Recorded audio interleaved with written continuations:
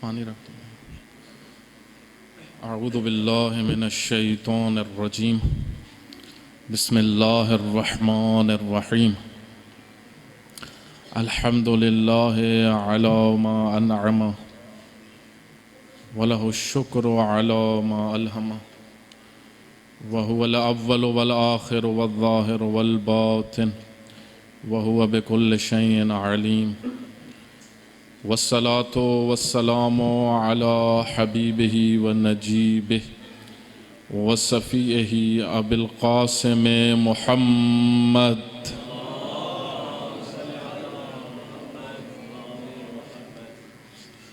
وعلى آله الطيبين الطاهرين المعصومين المظلومين الذين أذهب الله عنهم الرجس وطهرهم تطهيرا،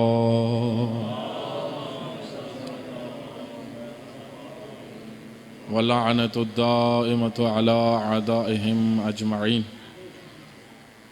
قال الله تعالى في كتابه المجيد، بسم الله الرحمن الرحيم،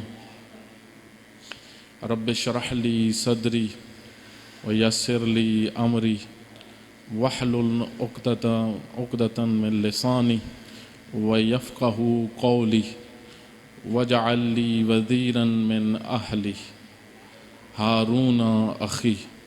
صلوات پڑھیں محمد وآل محمد.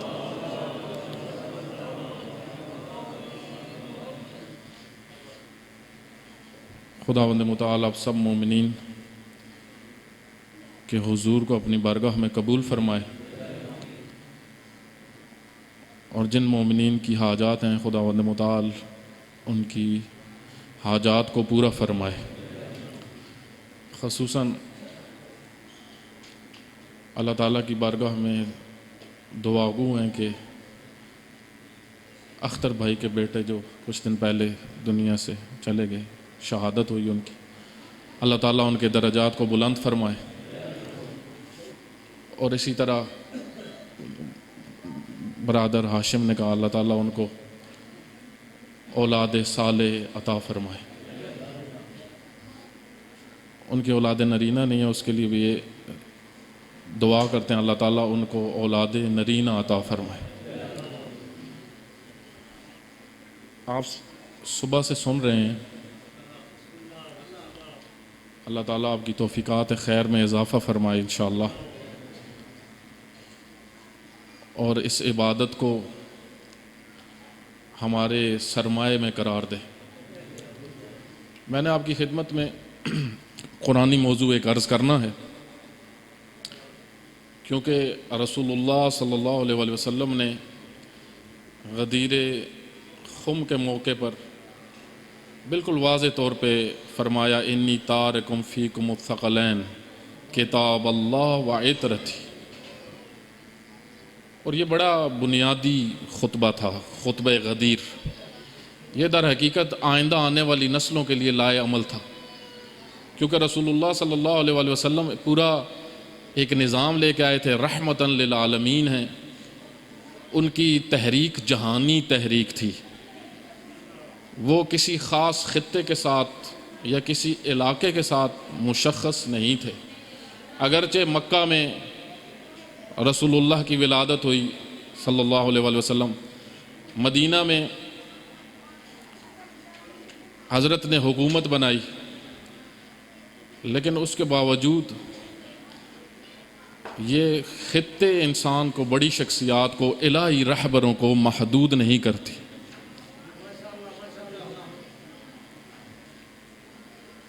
قرآن کریم کے اندر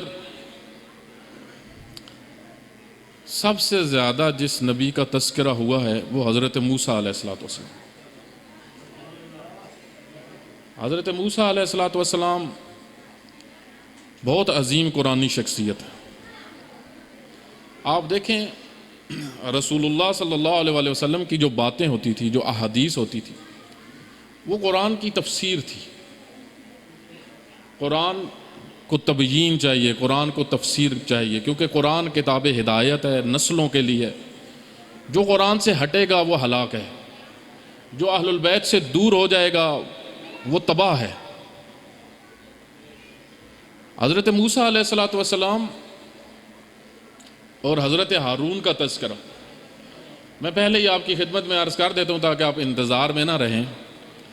یہ پورا موضوع جو میں نے عرض کرنا ہے وہ ایک حدیث کو مد نظر رکھ کے، جو حدیث متفق علیہ ہے سنی اور شیعہ کے نزدیک۔ قال رسول اللہ صلی اللہ علیہ وآلہ وسلم یا علی انت بمنزلتی ہارون من موسیٰ۔ یہ بہت گہری حدیث ہے یہ، اور اس کے اندر اتنی گہرائی ہے اس حدیث کے اندر، امیر المومنین کی عظمت اور ان کی امامت اور ولایت بعد از رسول اللہ ثابت کرنے کے لیے یہ ایک حدیث کافی ہے۔ آپ دیکھیں جب تک ہم قرآن نہیں پڑھیں گے نا تو ہمیں صرف عقیدت ہوگی، معرفت نہیں ہوگی، کیونکہ ہم نے اہل البیت کو قرآن سے سمجھنا ہے۔ آپ مجھے بتائیں اہل البیت کو کہاں سے سمجھا جائے؟ میری اور آپ کی باتوں سے سمجھا جائے یا اللہ کے کلام سے سمجھا جائے؟ میری اور آپ کی باتوں سے تو نہیں ہم سمجھ سکتے اہل البیت علیہ الصلوۃ والسلام۔ اہل البیت کا تعارف فقط قرآن کروا سکتا ہے یا رسول اللہ کروا سکتے ہیں صلی اللہ علیہ وآلہ وسلم۔ آپ دیکھیں حضرت موسیٰ علیہ الصلوۃ والسلام کا اللہ تعالیٰ نے بہت تذکرہ کیا۔ جب اس پس منظر کو آپ سمجھیں گے تو پھر یہ حدیث آپ کو واضح ہو جائے گی کہ رسول اللہ نے یہ جو فرمایا آپ کو میرے ساتھ وہی نسبت ہے جو موسیٰ کی ہارون کے ساتھ تھی، تو اس کے اندر بہت ہدایت بھی ہے۔ آپ دیکھیں قرآن کریم کے اندر پوری سورہ حضرت موسیٰ علیہ الصلوۃ والسلام کے متعلق ہے۔ عجیب ہے حضرت موسیٰ۔ سورہ قصص میں نے رمضان المبارک میں توفیق ہوئی، سورہ قصص تفسیر کی، چکوال شہر میں تھے۔ سورہ قصص کا اکثر حصہ تقریباً حضرت موسیٰ کی تاریخ پہ، زندگی پہ، قرآن اللہ کا کلام۔ آپ دیکھیں دین کا مدار شخصیات پہ ہے، الہی شخصیات پہ۔ الہی شخصیات کے علاوہ دین نہ سمجھ میں آ سکتا ہے نہ دین نافذ ہو سکتا ہے۔ آپ دیکھیں تقریباً 32 کے قریب جگہوں پہ حضرت موسیٰ کا تذکرہ اور تفصیلی تذکرہ۔ سورہ طٰہٰ آج جا کے دیکھیے گا، تقریباً آدھے سے زیادہ حضرت موسیٰ کی ولادت سے لے کے بات شروع ہوتی ہے۔ ایک آیت ہے اس کی طرف توجہ کریے گا، اللہ تعالیٰ سورہ طٰہٰ میں فرماتا ہے وَاسْتَنْعَتُكَ لِنَفْسِي۔ اے موسیٰ، بعض نے اس کا ترجمہ یہ کیا ہے اے موسیٰ میں نے آپ کو اپنے لیے بنایا ہے، اور بعض نے اس کا بڑا خوبصورت ترجمہ کیا کہ وَاسْتَنْعَتُكَ لِنَفْسِي، میں نے آپ کو اپنے اہداف کو پورا کرنے کے لیے بنایا ہے۔ اللہ کے اہداف ہیں، اللہ نے کوئی چیز بیکار خلق نہیں کی۔ اللہ تعالیٰ حکیم ہے، اس نے حکمت کے تحت ہر چیز بنائی ہے، کچھ باطل نہیں ہے، سب حق ہے جو اللہ تعالیٰ کی طرف سے آتا ہے، کیونکہ وہ خود حق ہے۔ حقیقی شخصیات کا صرف وہ بتا سکتا ہے، جعلی شخصیات لوگ بناتے ہیں، حقیقی شخصیات اور الہی شخصیات ان کا تعارف اللہ کرواتا ہے یا انبیاء کے ذریعے سے اللہ تعالیٰ کرواتا ہے۔ آپ دیکھیں یہ جو میں نے دعا شروع میں پڑھی، بڑی معروف دعا ہے حضرت موسیٰ علیہ الصلوۃ والسلام کی۔ خلاصہ یہ میں نے زیادہ تفصیلی بات نہیں کرنی۔ آپ دیکھیں حضرت علی علیہ الصلوۃ والسلام کو ہم نے سمجھنا ہے۔ رسول اللہ کی یہ حدیث بڑی معروف ہے، چلیں یہ بھی آپ کو سنا دیتا ہوں وسط میں۔ احمد بن حنبل نے مسند میں اس حدیث کو نقل کیا ہے۔ مسند احمد بن حنبل، حنبلیوں کے امام، جنہوں نے ایک پوری جلد اپنی مسند کی علی ابن ابی طالب کے فضائل پہ لکھی ہے۔ آج آپ دیکھیں مسلمان کہاں جا رہے ہیں۔ امام نسائی نے کتاب لکھی، حاکم حسکانی نے امیر المومنین کے اوپر ایک کی زندگی پہ جو احادیث پیغمبر ہیں 1000 احادیث اکٹھی کی۔ جب کسی سے سنا کوئی جاہل کہہ رہا تھا کہ علی کی فضیلت میں تو کوئی آیت نہیں ہے، اسی وقت وہ بیٹھے انہوں نے 1000 احادیث اکٹھی کی، یہ خدمات ہیں. پوری تاریخ میں امیر المومنین کے خلاف محاذ بنایا گیا، ماحول بنایا گیا، لیکن کچھ مردان الہی تھے جن کو اللہ نے چنا تھا اور وہ امیر المومنین کا ہمیشہ دفاع کرتے تھے. آپ دیکھیں اس دعا میں بڑی گہری بات ہے. جب اللہ تعالیٰ نے فرمایا کہ اے موسیٰ آپ کا کام یہ ہے فرعون کو ختم کرنا ہے، فرعون کو ختم کرنا. اب حضرت موسیٰ علیہ السلام نے چاہیے تو کیا تھا، فرعون کے گھر میں حضرت موسیٰ پلے تھے. ایک دوسرا، فرعون کا بہت بڑا لشکر تھا، مصر کے اوپر اس کی حکومت تھی، اور اس کی حکومت معمولی حکومت نہیں تھی. اس وقت آپ سمجھ لیں جتنے لوگ ادھر ادھر تعلیم کے لیے آتے تھے مصر میں آتے تھے. مرکز تھا مصر. ایسے نہیں تھا کہ کوئی جاہلوں کا مرکز تھا، علمی مرکز تھا، لیکن مسلط طاغوت تھا، مسلط شیطان تھا. انبیاء علیہ السلام آپ دیکھیں کیا ڈیوٹی لگائی اللہ تعالیٰ نے. فرمایا اذهب الى فرعون انه طغى، فرعون کی طرف جائیں وہ طغیان کر رہا ہے. اللہ تعالیٰ نے کہیں پہ سب نہیں کیا. جتنا بھی کوئی اللہ تعالیٰ کا بڑا دشمن گزرا ہے جس نے ربوبیت کا بھی دعویٰ کیا، اللہ سب نہیں کرتا، گالی نہیں دیتا. آپ دیکھیں جتنا غصہ بھی آ جائے اللہ تعالیٰ کیا فرماتا ہے، فرعون فاسق تھا، فرعون بے ہدایت تھا. اللہ تعالیٰ کس طرح الفاظ کا چناؤ کرتا ہے. آپ دیکھیں یہی تو قرآن کی خوبصورتی ہے. قرآن بہت خوبصورت کتاب ہے. جس طرح اہل البیت کا کلام بہت خوبصورت ہے، اسی طریقے سے قرآن بہت خوبصورت ہے. دونوں کی خوبصورتی الگ موضوع ہے. رقیق لفظ نہیں ہیں، گھٹیا باتیں نہیں ہیں. امیر المومنین جنگ صفین میں میدان بنا ہوا تھا. امیر المومنین کے دو صحابی بڑے چہیتے، حجر بن عدی اور عامر بن حمک، یہ دونوں بڑے چنے ہوئے تھے. ان کو غصہ آیا، یہ شروع ہو گئے. جب واپس آئے نا امیر المومنین نے فرمایا ولا، پورا خطبہ ہے، وَلَا تَكُونُوا مِنَ السَّبَّابِينَ، گالیاں دینے والے مت بن، گالیاں دینے والے مت بن. اگر تم ان کو گالی دو گے یہ ہمیں گالی دیں گے، یہ مجھے گالی دیں گے، پھر تمہیں غصہ آئے گا. آپ دیکھیں آج میڈیا کا دور ہے، بات سے بات نکلتی ہے. یہ انداز ہمیں سمجھنا چاہیے.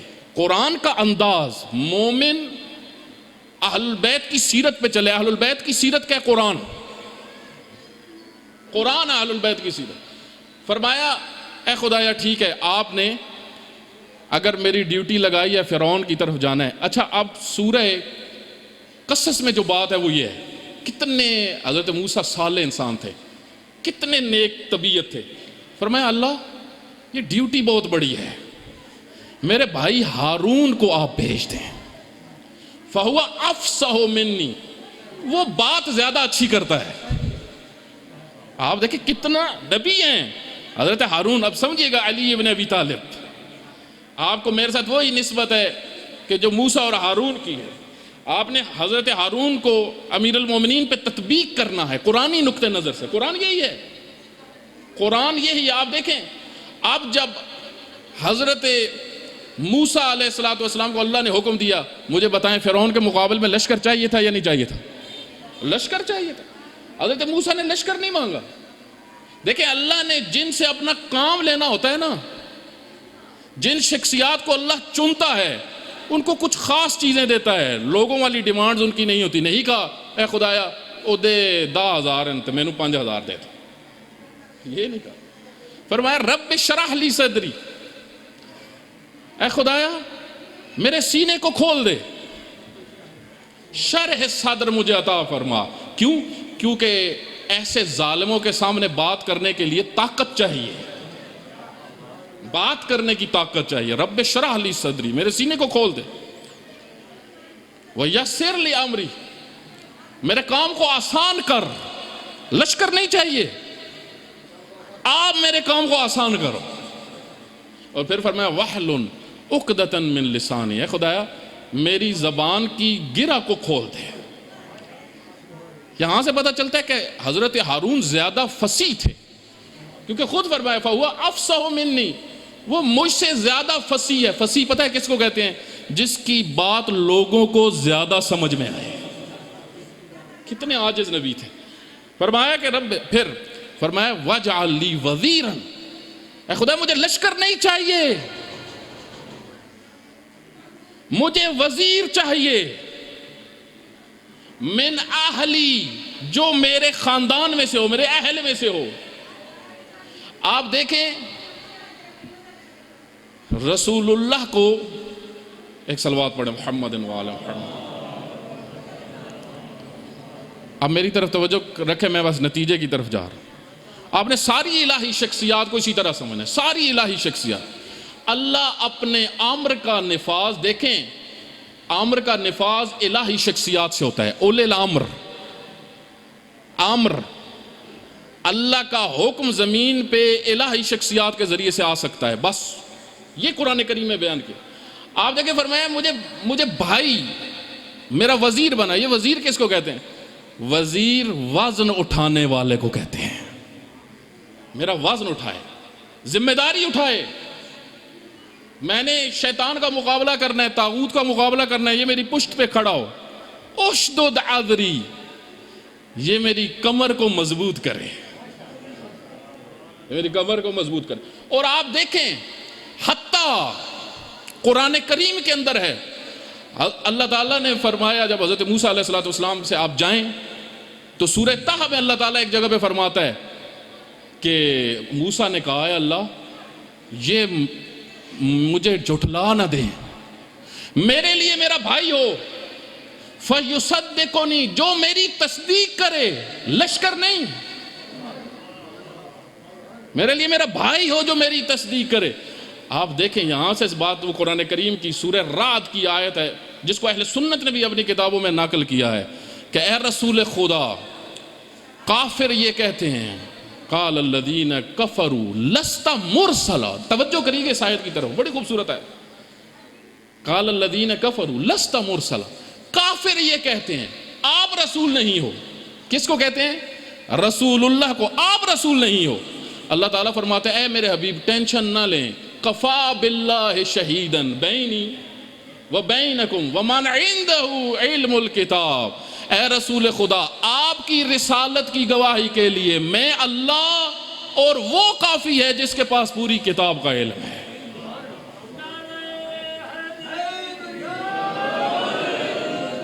آپ دیکھیں تصدیق. اس وجہ سے یہ جو حضرت خدیجہ الکبریٰ سلام اللہ علیہ کو کہا جاتا ہے صدیقہ، یہ تصدیق بڑی مہم ہے. آپ دیکھیں حضرت ابو طالب کی سب سے بڑی خدمت کیا ہے؟ تصدیق پیغمبر. میرے بھائی بنیاد میں کام کو سمجھیں، کام بنیاد سے اکھڑ جائے بات ختم ہو جاتی ہے. حضرت ابو طالب نے تصدیق فرمائی، امیر المومنین نے تصدیق فرمائی. اسی وجہ سے تو رسول اللہ فرماتے تھے جب کسی زوجہ نے اعتراض کیا کہ آپ خدیجہ کو ہر وقت اتنا یاد کرتے ہیں، فرمایا اس نے میری اس وقت تصدیق کی جب مجھے سب جھٹلا رہے تھے. آپ دیکھیں بڑی شخصیات، الہی شخصیات نے کیونکہ امر کا نفاذ کرنا ہوتا ہے، ان کو تصدیق چاہیے ہوتی ہے، ان کو لشکر نہیں چاہیے ہوتے. اب آپ دیکھیں حضرت موسیٰ علیہ السلام گئے اور کس طرح سے گفتگو کی وہاں پہ، اور پورا منظر اللہ تعالیٰ نے کھینچا ہے کہ بالآخر اللہ تعالیٰ نے حضرت موسیٰ کے ذریعے سے فرعون کو ختم کیا. اب آپ دیکھیں پوری تاریخ پیغمبر پڑھیں، جنگ بدر سے لے کے آخری جنگ تک جتنے غزوات ہوئے، جتنی چھوٹی چھوٹی جنگیں ہوئی، تمام کے اندر اگر فرنٹ پہ نظر آتے تھے تو امیر المومنین نظر آتے تھے. جہاں پہ کوئی نہیں جانے کے لیے تیار ہوتا تھا سب رک جاتے تھے. بڑے بڑے پہلوان رک جاتے تھے. کیوں؟ کیونکہ امیر المومنین نے تصدیق بھی کی، اشدد عذری، پشت پناہی بھی کی. حضرت موسیٰ نے فرمایا یہ میرے ساتھ تعاون کرے، اور پھر اللہ تعالیٰ نے فرمایا، توجہ کریے گا، اللہ تعالیٰ فرماتا ہے، اب سنت اللہ تعالیٰ کی، اللہ تعالیٰ فرماتا ہے جو ان دونوں کے پیچھے چلے گا، حضرت موسیٰ اور ہارون کے ان دونوں کے پیچھے جو چلے گا وہ غلبہ پائے گا. اصل یہ غلبہ ہے۔ آپ دیکھیں رسول اللہ غلبے کے لیے آئے ہیں، امام زمانہ نے غلبہ کرنا ہے، دین محکومیت کے لیے نہیں ہے، دین محکومیت کے لیے نہیں ہے۔ والذی ارسل رسولہ بالہدی ودین الحق لیظہرہ علی الدین کلہ، تاکہ دین کا اظہار ہو، غلبہ دین ہو۔ میرے بھائی یہ جو ظہور امام زمانہ ہے یہ غلبہ دین ہے۔ امام زمانہ نے غلبہ دین کرنا ہے، دین محکوم ہونے کے لیے نہیں، جس طرح شیعہ محکوم ہونے کے لیے نہیں ہے، شیعت غلبے کے لیے ہے۔ آج آپ دیکھیں جہاں پہ درست ولایت کا کنسیپٹ ہے، آگے میرے سے پہلے مولانا صاحب جو بات کر رہے تھے میں اسی کی طرف اشارہ بس کر کے نتیجے کی طرف جاتا ہوں۔ آپ دیکھیں ہم ولایت کی بہت بات کرتے ہیں، ولایت وہ امر ہے جس کی سب سے زیادہ تاکید کی گئی قرآن کریم میں بھی، روایات میں بھی۔ حتیٰ پیغمبر گرامی جب بھی معراج پہ گئے تو اللہ تعالیٰ نے ایک جو تاکید کی وہ یہ کہ علی کی ولایت کو پہنچائے، ولایت امیر المومنین۔ لیکن یہ ولایت ہے کیا چیز میرے بھائی؟ کیا یہ ولایت لک لک زبانی ہے؟ کیا یہ ولایت باتوں کی حد تک ہے یا یہ امر ہے؟ آپ دیکھیں نا لیلۃ القدر میں بھی ہم سب کیا پڑھتے ہیں کہ آج کی رات امر آتا ہے۔ کس میں امر آتا ہے؟ صاحبان امر پہ۔ میرے بھائی امیر المومنین حاکمیت کے لیے ہیں۔ امیر المومنین کی سب سے بڑی مظلومیت کیا تھی؟ تاکہ ان کی ولایت کے سائے میں لوگ زندگی کریں، ان کی ولایت کے سائے۔ اگر ایک معاشرے کے صرف 10 لوگ 15 لوگ امیر المومنین کے تابع ہوں تو کیا یہ اللہ کا ارادہ ہے؟ یا اللہ کا ارادہ یہ ہے کہ علی ابن ابی طالب کی ولایت پورے معاشرے میں نفاذ کریں؟ آپ دیکھیں اس وجہ سے امیر المومنین کے اوامر نہج البلاغہ میں، ہزاروں اوامر نہج البلاغہ میں ہیں، کیونکہ امیر المومنین آئے ہی اللہ کے امر کے لیے، جس طرح حضرت موسیٰ علیہ السلام آئے اللہ کے امر کے لیے آئے۔ فرعون کو ختم کرو، اللہ کے امر کو۔ ابو جہل کو ختم کرو، اللہ کے امر کو۔ یہودیوں کی طاقت توڑو، اللہ کا امر آئے،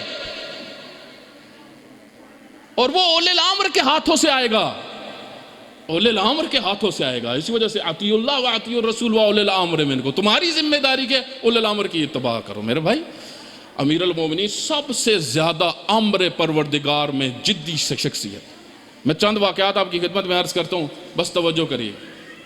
امر پروردگار بہت مہم ہے، آپ یہ سنتے رہتے ہیں واقعات۔ امیر المومنین جنگ کے دوران آسمان کی طرف دیکھ رہے تھے، نماز، کسی نے پوچھا یا علی جنگ نیچے ہو رہی ہے آپ آسمان کی طرف دیکھ رہے ہیں؟ فرمایا سورج کو دیکھ رہا ہوں۔ امر پروردگار۔ جنگ سے بھی مہم، جنگ جمل شروع ہونے لگی، ایک دور سے ایک بادیہ نشین بدو کھڑا ہوا تھا، اس نے کہا یا امیر المومنین اتقولو، اس کو شیخ صدوق نے اپنی کتاب میں نقل کیا، اتقولو کیا آپ یہ کہتے ہو ان اللہ واحد، اللہ ایک ہے؟ امیر المومنین کے تمام اصحاب جو ادھر کھڑے ہوئے تھے اس پہ ٹوٹ پڑے کہ تمہیں شرم نہیں آتی، تم یہ کہتے ہو کہ علی آپ یہ کہتے ہیں کہ اللہ ایک ہے۔ اس وقت امیر المومنین نے فرمایا اس کو چھوڑو، یہ صحیح بات کر رہا ہے، میں تم سے یہ پوچھتا ہوں ہم ادھر کس لیے آئے ہوں؟ امر پروردگار۔ امیر المومنین نے جتنے زخم کھائے کس لیے؟ امیر المومنین نے جتنی مشکلات اٹھائی کس لیے؟ جب حتیٰ حکومت پہ جب آئے گورنروں کو ہٹانا شروع کیا۔ آپ دیکھیں کتنے سخت تھے امر پروردگار میں۔ خود گورنر ایک کو بنایا، ایک گھر وہ دعوت پہ چلا گیا، ایک گھر وہ دعوت پہ چلا گیا جن کا راشن حرام تھا۔ خود نہج البلاغہ میں فرماتا، اس گورنر کو خط لکھ کے کہا 2 روٹیوں پہ گزارا کرو اور جہنم سے بچو، ایسوں کے گھروں میں مت جاؤ جن کا مال شبہ والا ہے۔ مجھے بتائیں جو علی یہ بھی قبول نہیں کرتے کہ ان کا پیروکار ایسوں کے گھر میں جا کے کھانا کھائے جو حلال و حرام کا خیال نہیں رکھتا، اور وہ خود حرام کھا رہا۔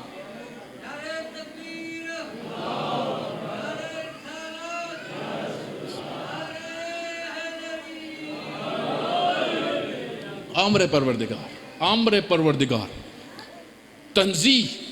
آپ دیکھیں پوری دعا کرنے کے بعد اس قرآن حضرت موسیٰ کے آپ خود واقعے کو پڑھیں. امر، اے اللہ تیرا امر ہے، تیری بات ہو. آج آپ دیکھیں دنیا کے اندر آج مسلمانوں کی سب سے بڑی مشکل کیا ہے؟ مسلمانوں نے اپنی معاشرتی زندگی سے قرآن کو نکال دیا، اہل البیت کی تعلیمات کو نکال دیا. حتیٰ فیملی سسٹم بھی آج جو یورپ نے ان کو کہا ہے کہ آپ اسلام کا قبول کر سکتے ہو، وہ بھی یہ لینے کے لیے خود تیار نہیں ہے، خود لینے کے لیے تیار نہیں. اتنا امر پروردگار سے غافل ہے، اتنا امر پروردگار سے دور ہے. امیر المومنین ایک دن، توجہ کریے گا، امیر المومنین ایک دن بیٹھے ہوئے تھے، ایک گروہ آیا. سفینۃ البحار کتاب ہے شیخ عباس قمی کی. وہ آ کے کہتے، کچھ لوگ آئے، انہوں نے کہا یا علی لوگ غرق ہو رہے ہیں، سیلاب آ گیا ہے کوفہ میں. امیر المومنین نکلے. جب نکلے تو کچھ جوان کھڑے ہوئے تھے، مسجد ثقیف تھی، قبیلے ثقیف کے کچھ لوگ وہاں پہ جوان، آوارے قسم کے جوان، جس طرح یہ عید کے موقع پہ آپ دیکھتے ہیں نا، یہ جو آوارے روڈوں کے اوپر پھیر رہے ہوتے ہیں، لوگوں کی عزتوں کا بھی ان کو خیال نہیں، اس طرح کے آوارے تھے.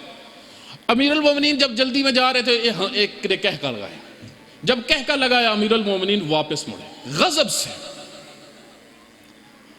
حضرت موسیٰ کا غضب، فرجع الی قومہ غضبان. جب موسیٰ نے دیکھا ان کی قوم پیچھے سے بچھڑے کی عبادت کر رہی ہے، غضب میں آئے. اللہ کے لیے غضب. اس وجہ سے رسول اللہ نے فرمایا علی اللہ کے مسئلے میں بہت سخت ہے. رسول اللہ کی یہ معتبر، انہ لخشن فی ذات اللہ، اللہ کے مسئلے میں بہت سخت ہے. امیر المومنین نے واپس مڑے، مسجد ثقیف کے پاس وہ جوان تھے، فرمایا یا بقیت السمود، اے سمود قوم کے باقی بچے ہوئے. یہاں پہ قوم سمود تھی جو قرآن نے تذکرہ کیا، وہ سارے ختم ہو گئے تھے، ان کے کچھ لوگ رہ گئے تھے. حضرت نے فرمایا اے سمود کی باقی بچی ہوئی قوم، کیا ابھی تک تم لوگوں کو شرم نہیں آئی؟ ابھی تک اپنی عادتیں تبدیل نہیں کی؟ پیچھے بوڑھے کھڑے ہوئے تھے.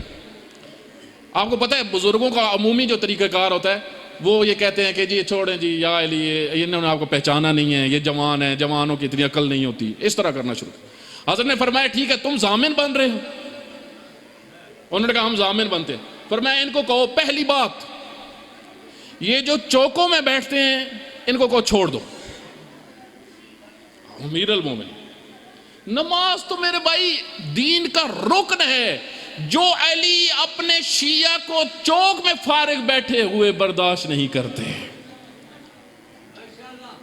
فرمایا دوسری بات فرمائی، فرمایا کہ یہ جو تم نے اونچے اونچے گھر بنا لیے نا بعض نے، عامر صرف میرے بھائی نماز روزہ نہیں ہے، صرف عامر پورا نظام ہے.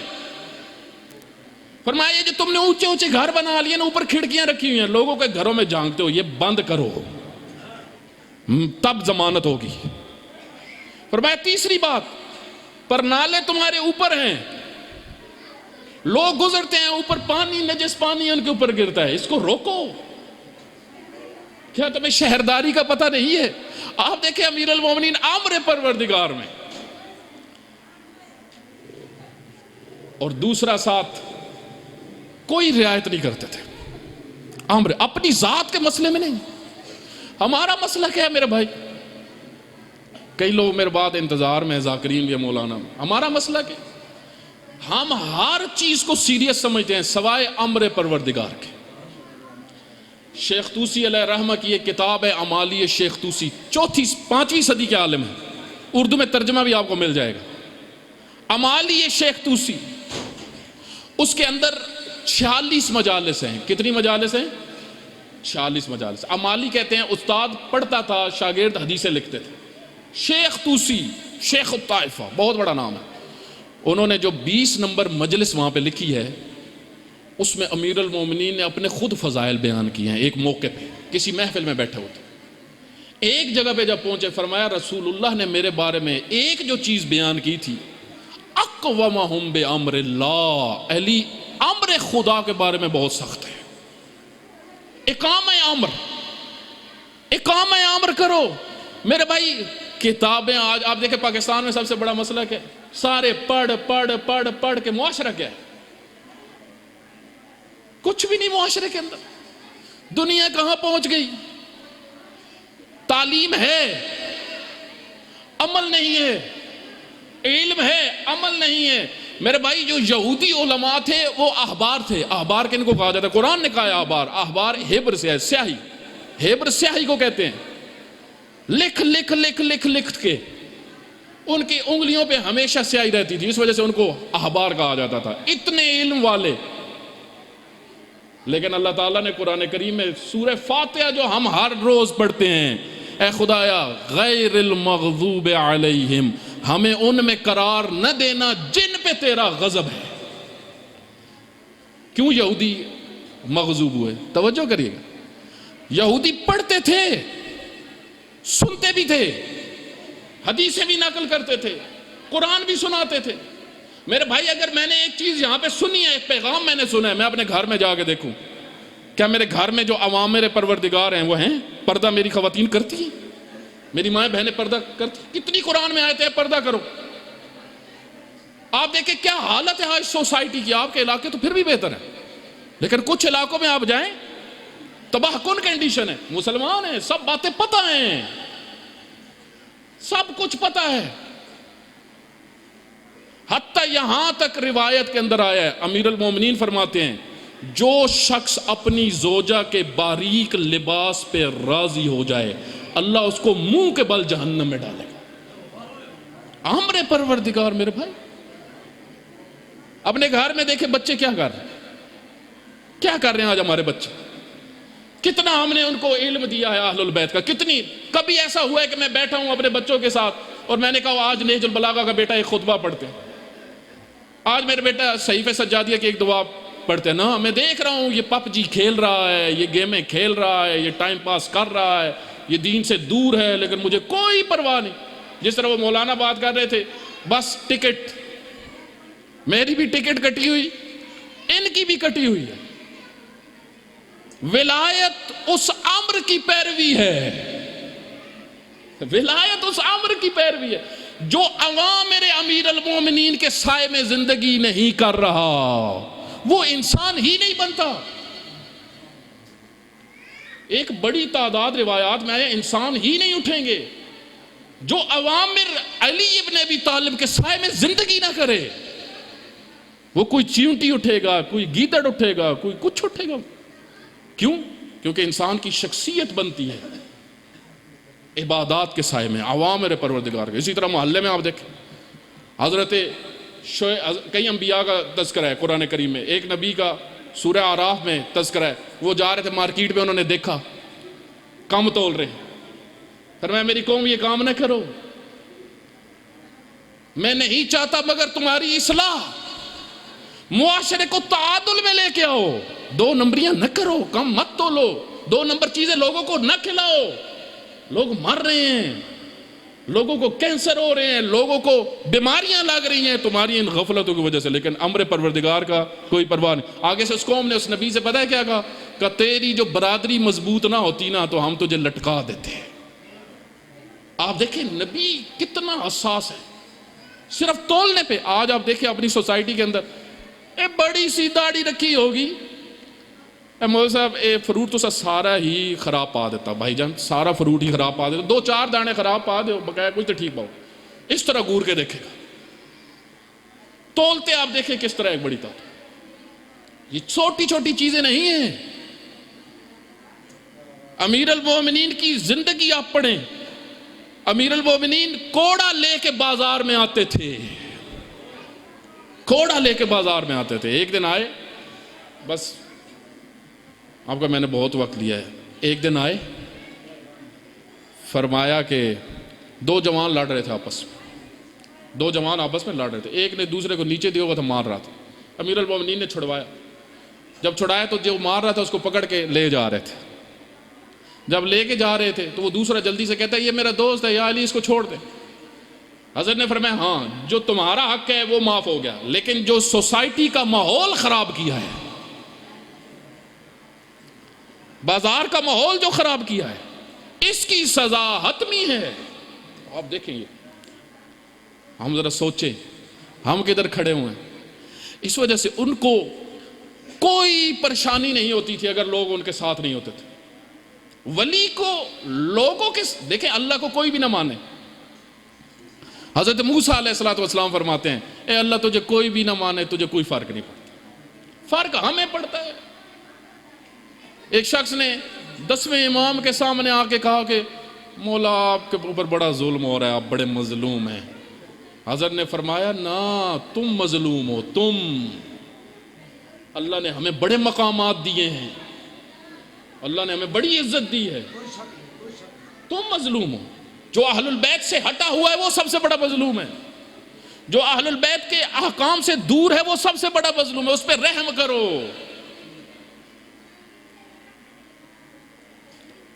پیغمبر گرامی ایک دن بازار میں جا رہے تھے، بچے پتھر مار رہے تھے ایک شخص کو، پتھر مار رہے تھے. فرمایا کیوں پتھر مار رہے؟ کہنے لگے مجنون، فہو مجنون. فرمایا نا فہو مریض، یہ مریض ہے. مجنون تو وہ ہے جو چند دنیا کے دنوں کے لیے آخرت کو کھو دے. مست ہوا. آپ دیکھیں اہل البیت علیہ السلام، امام حسین علیہ السلام نے لوگوں کو دعوت دی، لیکن کسی جگہ پہ اس پریشانی کا اظہار نہیں کیا کہ میرے ساتھ تو بڑے تھوڑے لوگ، بلکہ خود ہٹائے. جب مکہ سے نکلنے لگے فرمایا من کان باذلا محجتہ فینا فلیرحل معنا، جو خون دے سکتا ہے وہ آ جائے. اس کو مطلب ہے یہاں کوئی لالچ، یہاں امر پروردگار کی بات ہے. نفاذ یزیدیت اس وجہ سے یزیدیت ہے کیونکہ وہ امر پروردگار کے دشمن ہیں، وہ اللہ کے دین کے دشمن ہیں، وہ اللہ کے آئین کے دشمن ہیں. لیکن اہل البیت نے، امیر المومنین آپ دیکھیں ان کی نسل نے امر پروردگار کے لیے اپنا سب کچھ قربان کر دیا. اور تھوڑی قربانی نہیں ہے، بہت بڑی قربانی تھی. ہم تو بہت مصائب سنتے ہیں، بہت کچھ پڑھتے ہیں. ایک عالم نے بڑی درد بڑی بات کی. انہوں نے کہا کہ یہی کافی ہے رونے کے لیے کہ علی کی بیٹیاں اور بازاروں کے اندر امر پروردگار. آپ دیکھیں ایک شخص کہتا ہے میں 4 سال امیر المومنین کے ہمسائے میں رہا، میں نے ایک دفعہ بھی علی ابن ابی طالب کی بیٹیوں کی آواز نہیں سنی. امر پروردگار، امر پروردگار کتنے سیریس امیر المومنین، سب کچھ دینے کے لیے. وہ بیٹیاں کہ جو سیدہ کے علم کی وارث تھی، وہ بیٹیاں جنہوں نے بڑے سخت مرحلے دیکھے. جب سید الشہداء علیہ السلام آئے نا آخری وقت، بس چند جملے مصائب کے، آخری وقت آئے الوداع کرنے کے لیے، سخت ترین مرحلہ جو کربلا کے اندر تھا وہ یہی تھا الوداع کا. آپ دیکھیں اب وہ چلا گیا، الان انکسر ظہری، عباس چلے گئے، علی اکبر چلے گئے. اس جملے کی طرف کبھی توجہ کریں، الان انکسرت ظہری، اب میری کمر ٹوٹ گئی، وقلت حیلتی، میری تدبیریں کم ہو گئی. کیوں؟ کیونکہ عباس محور ہیں. اب جب آئے الوداع کرنے کے لیے، امام زین العابدین علیہ السلام کو وصیتیں کرنا شروع کی. امام کا خیال سیدہ رکھ رہی تھی، سیدہ ان کو سہارا دیتی تھی، سیدہ زینب سہارا دیتی تھی، بٹھاتی تھی. جب آئے نا والد گرامی، فرمایا بیٹا، اسی طرح علماء نے لکھا ہے، ہلایا، بیٹا اٹھو، بابا تم سے الوداع کرنے آیا، اٹھو بیٹا. کہتے ہیں جب اٹھے نا تو پہلا سوال پتہ ہے کیا کیا؟ پہلا سوال کیا، ابا جان، اے بابا آپ کا دن کیسا گزرا ہے؟ فرمایا بیٹا ان ظالموں کے ساتھ دن سے جنگ شروع ہوئی ہے، ابھی تک مسلسل جنگ ہی ہو رہی ہے، ہمارے بھی قتل ہو رہے ہیں، ہمارے بھی قتل ہو رہے ہیں، ان کے بھی قتل ہو گئے. فرمایا این امی العباس، میرا چچا عباس کہاں ہے؟ فرمایا قد قتلا، بیٹا قتل ہو گئے. پھر فرمایا این اخی علی اکبر، بابا میرا بھائی علی اکبر کدھر ہے؟ آپ دیکھیں ان شخصیات کا پہلے پوچھا جن پہ پوری کربلا تھی. شخصیت آپ دیکھیں. جب یہ کہا نا پھر کچھ اور شخصیات کا پوچھا, پوچھتے رہے. امام نے فرمایا بیٹا نہ خود رو نہ مجھے رولا, مردوں میں یا تم رہ گئے ہو یا میں رہ گیا. اٹھے امام زین العابدین, کہا پھوپھی اماں مجھے سہارا دیں. کہا کیا ہوا بیٹا؟ کہا پھوپھی اماں مجھے سہارا دیں, میں نے بابا کے دشمنوں کے ساتھ لڑنے جانا ہے. سید الشہداء نے فرمایا نا اے زین العابدین, تیرا محاذ اس محاذ سے بھی سخت ہوگا. تیرا وہ محاذ ہوگا جو کسی ولی نے نہیں دیکھا. اور ایسا ہی ہے, امام زین العابدین نے وہ محاذ دیکھا. کہتے بس شام غریبہ ہونی تھی, زین العابدین خیموں پہ حملہ ہو گیا. لوٹ رہے تھے ظالم, جو ہاتھ میں آتا تھا لوٹ رہے تھے. اہل البیت کی خواتین کے کانوں سے بالیاں اتار رہی تھی. عجیب تھے, ایسے ظالم تھے. کچھ بیچ میں روتے بھی تھے. ایک بی بی نے پوچھا رو کیوں رہے ہو؟ تو اس نے کہا میں نہیں لوٹوں گا تو کوئی اور لوٹ لے گا, میں نہیں لوٹوں گا تو اور لوٹ لے گا. پہلا مسئلہ جو زین العابدین سے پوچھا گیا وہ کیا مسئلہ تھا؟ کہا اے بھیا کی نشانی یہ بتاؤ, خیموں میں جل کے مر جائیں؟ کیوں؟ کیونکہ زینب کبریٰ امر پروردگار پہ قائم تھی. ان کے لیے بے مکنا و چادر نکلنا سخت تھا, جل کے مر جانا آسان تھا. اس وجہ سے اب جہاں تک بات نہ رہی عزیزو, اب کوفہ کے بازار ہیں. کوفہ کے بازاروں میں بس ایک جملہ کوفہ کے بازار کا, ایک شام کے بازار کا. کوفہ کے بازار میں کہتے ہیں ایک نابینا شخص تھا, امیر المومنین کا ماننے والا تھا. بڑی محبت تھی اس کو امیر المومنین سے. ایک آنکھ اس کی جمل میں ضائع ہوئی تھی, دوسری آنکھ اس کی صفین میں ضائع ہوئی تھی. وہ کھڑا ہوا تھا. جب بازار میں پہنچا قافلہ, وہ کھڑے ہوئے تھے. جو سیدہ نے خطبہ شروع کیا نا تو اپنے ساتھ والے کو کندھا مار کے کہتا ہے لگتا ہے قیامت آ گئی ہے. اس نے کہا کیوں؟ کہا یہ تو میرے مولا علی کی آواز ہے. کہا نہیں یہ علی نہیں ہے. اچھا, کہا پھر علی کے بیٹے ہوں گے؟ کہا نہیں, نہ علی ہے نہ علی کا بیٹا ہے. کہا پھر کون ہے یہ؟ کہا یہ زینب کبریٰ ہے, یہ زینب کبریٰ ہے, علی کی وہ بیٹی کہ جس کا حیا خدا بھی کرتا ہے لیکن مسلمانوں نے حیا نہ کیا. اب شام کے بس ایک واقعہ, شام کا وہ دردناک منظر تھا. آپ اہل البیت امر پروردگار کے لیے ہر قربانی دی, امر پروردگار کے لیے. کہتے ہیں حبشی اکٹھے ہوئے شام کے دربار میں, سارے اکٹھے ہو کے کہنے لگے ان خواتین میں ایک حبشہ کی بھی نظر آ رہی ہے.